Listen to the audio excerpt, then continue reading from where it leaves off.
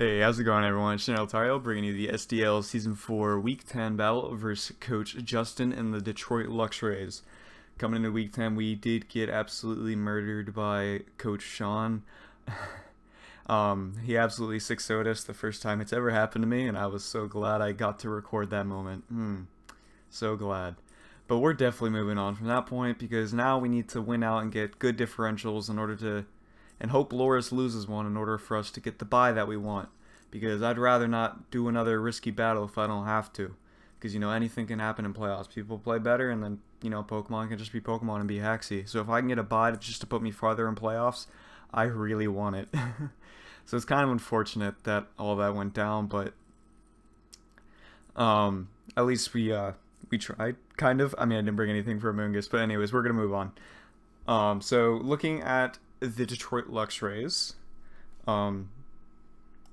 Justin's got a pretty good roster.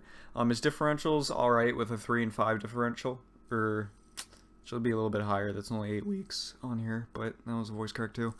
But his roster's pretty threatening. He's got a Lando Eye. It can only be Sand Force though, not Sheer Force. And then he has Tapu Fini, Cobalion, Dragalge, which is his Z user, Rotom Cut, Murkrow, Mega Tyranitar, Azelf, Staraptor, Torkoal, and a Scavalier. So just looking at it, his team is very heavy on offensive threats, and he's got pretty strong special threats in Dragalge and Rotom Cut.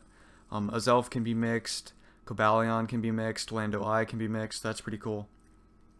And he's got decent bulk in Tapu Fini, Mega Tyranitar, and Torkoal. And Murkrow too, I guess, but it's not the best defensive core. It looks like he kind of relied on Fini when he was making the draft to take most hits and stuff, which is good, but Fini doesn't get reliable recovery, and I'm a fan of status, so I will probably never draft Fini because I like to spread status on my opponent, so. But just looking at it, the things I fear the most, of course, are Lando Eye, Tapu Fini, Cobalion, because Cobalion's really versatile, and it can be mixed up with a lot of things. Whether that be physical, like a rock polish set, just a stealth rock bulky set, volt switch pivot, special user, scarf user, stuff like that. So Lando Eye, Tapu Fini, Cobalion, and then Mega Tyranitar in order to be like really bulky to take on Tapu Koko, because of course it gets that Sped F boost in the sand. Then I was expecting like Azelf and Staraptor. Staraptor was a for sure because I legit had nothing that could take on a banded Staraptor that was reckless, which was kind of hard to build around. But he's got a very more offensive team. His bulk is where it's lax, and that might be why his record's slightly lower, because I always think you need reliable bulk on a team. And Tapu Fini doesn't count as reliable in my opinion.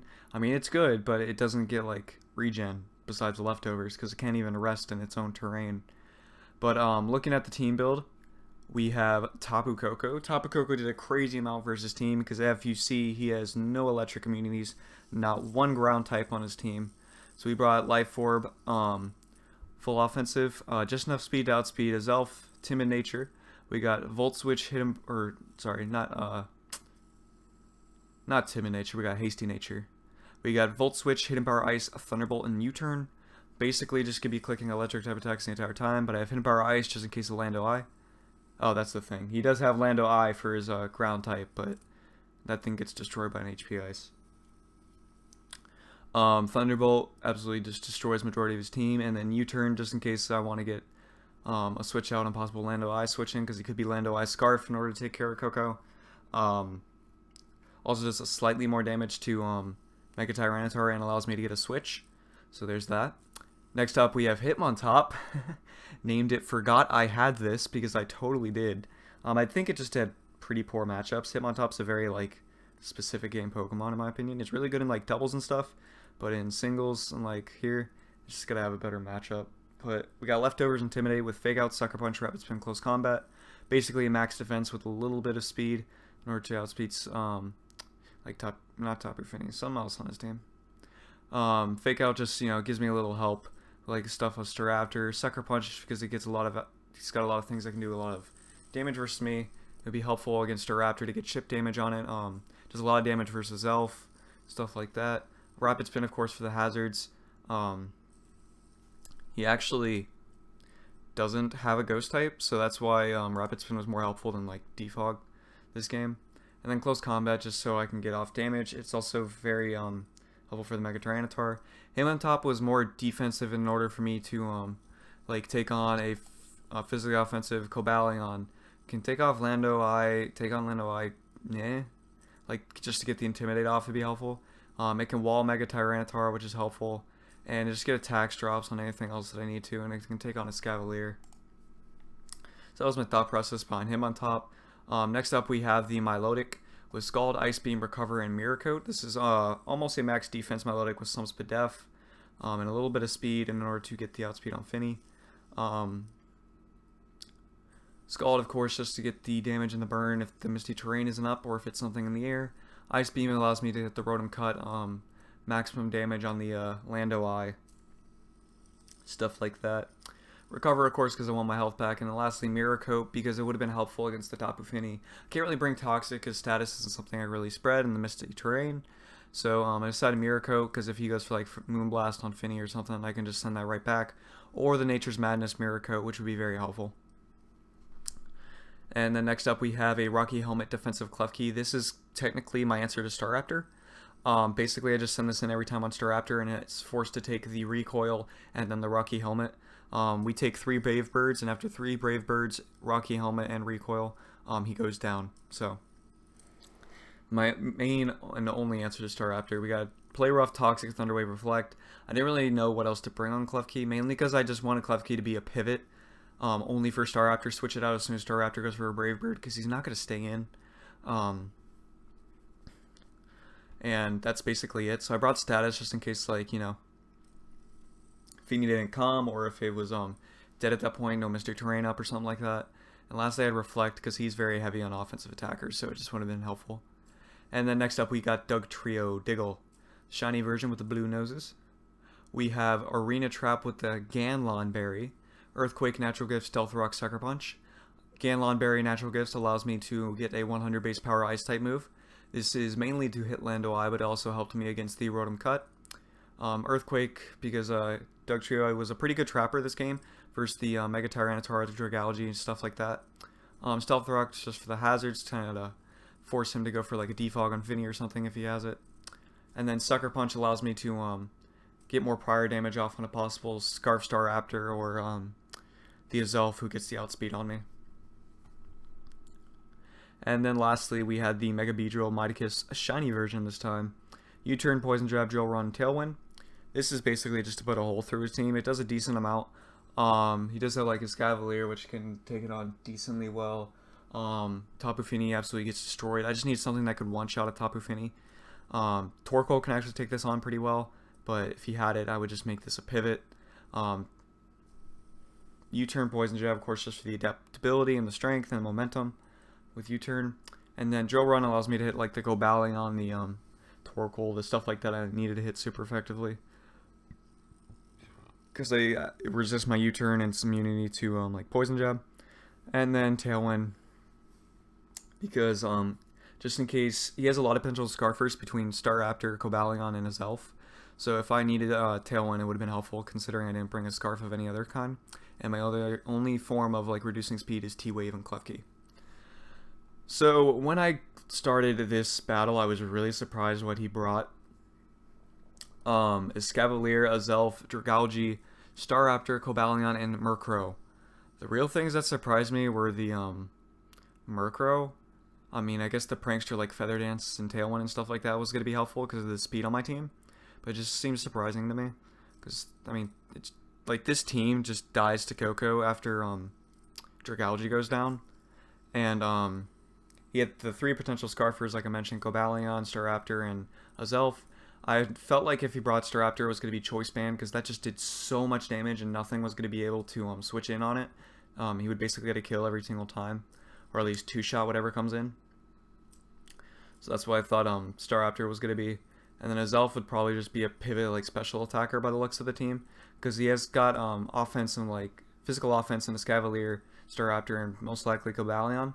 So I felt like he'd be mixed special attack with Dragalge, or he could be a Suicide Lead set or something of the sort. even though I would kind of expect rocks on Cobalion on this game. But starting off the match, I definitely wanted to lead Coco because, like I said, his only switching is Dragalge. Otherwise, Coco just gets free hits off and everything. So as I lead off Coco, he just leads off Cobalion. I'm going to freely go for my Volt Switch here just to put a lot of damage onto it. And as he goes for Volt Switch and gets a crit, so we already know he's Scarf, so that's helpful. So that definitely shows he might not have another Scarfer. And he just goes right into Dragalge because everything else will take too much damage. But I freely go in the Doug Trio after the Volt Switch. And we get the Click EQ and the Dragalge's out of the way for Tapu Koko to Rain Terror. So that's very good. He decides to go Murkrow. I decided to make a switch into Coco here because I thought he would just go for like a status move or something. And he goes for Brave Bird. Kind of sucks. Does a decent amount of damage. And now I only have two hits of Life Orb left in me. So I just go for T-Bolt here because there's no switching into this thing. As he goes for Tailwind, which is very clever on his part. Because now he has stuff to get an outspeed. But knowing Coco can still get one more kill for sure, I decided to switch out into Milotic here. As he decides to go for the U-turn. Goes out to a Scavalier. I just want to go for the Scald and try to get a burn on this thing. Because I don't really want to switch into like Hitmontop or anything yet. And we don't get the burn, but double crits on both sides, so he gets the knockoffs and get rid of my leftovers. I just want to click Scald. I didn't really need Milotic so much this match anymore. As he goes into the Azelf. And once again, I just want to click Scald. I didn't want anything else to happen.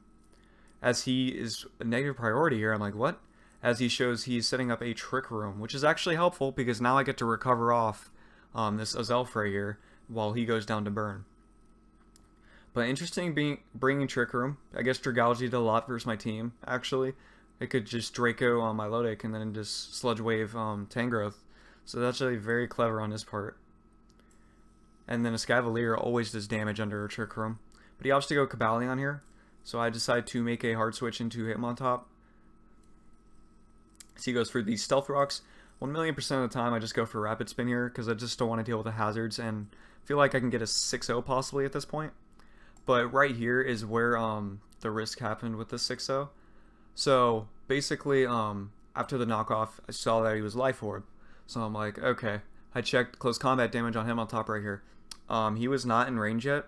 I needed him to be take one thing a Life Orb in order to be in range of close combat. So I figured he would just go for Iron Head here because that's his best play in order to hit him on top. But so I decided I wanted to switch into Milotic on the Iron Head. And then the following turn I'll switch back into Hitmontop on the Mega Horn versus Milotic. But he decides to go for the Mega Horn right here. He said he wasn't really sure why he did it. I guess he just had a feeling Milotic was coming out, but good play on his part, I guess. But now he's in range of close combat, so I can freely go for that because nothing really wants to switch in. And a Scavalier goes down. He goes in the Staraptor here. Shows he's Intimidate, not Reckless, which is really interesting. Probably a defog set then. So, just go right into Klefki 1,000,000% of the time. Takes the recoil, tears that, and then shows he's Life Orb. But I missed that he was Life Orb, so just know that right now. I didn't see the Life Orb damage because I just thought it was recoil. But since he has nothing that can really punish me on switch in, I just decided to go for the T-Wave, especially since Cobalion was just going to his Scarf. I set up the Reflect here, which is actually kind of pointless. I should just went for Play Roughs like I did right there, because 2 Play Roughs got him within range of Beedrill's, or it's either 2 or 3 Play Roughs. I'm pretty sure it's 2, and I just got a really low roll right here with 24. Nope, that was an even lower roll. But, so 2-3 Play Roughs got Beedrill to win at this point, between Drill Run and Poison Jab. And I could have saved Klefki's, like, differential. I don't know why I went for Reflect, knowing he's a special Cobalion now. And Staraptor's just gonna kill anything that comes out still, even behind a Reflect. So that was kind of pointless. I could have gotten a 5-0 here. As we just go Beedrill. I clicked Tailwind because I did think Staraptor was Scarf. I didn't see the Life Orb earlier. And then we missed the Drill Run. So I'm like, okay. But Focus Blast wouldn't really be doing anything. This is why I could have made the switch into Beedrill, saving Klefki, but misplays. But it's okay. Because Drill Run will kill, and after the Intimidate, Poison Jab still kills Staraptor. And we get the nice 4-0 against Coach Justin in the Detroit Luxrays. We are now 8-3, or 7-3. Hoping to be 8-3 coming week 11 as we face Darky and the Montreal Mawwiles. Yep. Which is going to be an interesting match. Did lose to him in the PBU. I think that was the name of the league. Don't remember because it died so quickly. But he's a pretty good battler. He's kind of been unfortunate with this season with hacks. But definitely see if we can take him on. And hopefully Loris will lose his next week because he did win this week again. But if Loris loses, I just have to get one more differential from him in order to get the one bye spot. Because if we tie, actually no, if we tie in differential, then I get it because it depends on who won versus one another, and I beat Loris. So as long as I get the same differential, but he needs to lose. He needs to lose his last week. So hopefully that happens. Otherwise, we have confirmed playoffs for sure, and we'll just have to face people if we need to. But we definitely did good, so I feel like we can handle anyone in playoffs. But that'll be it for me this week. Make sure to check out the APA and sub, like, share, deuces.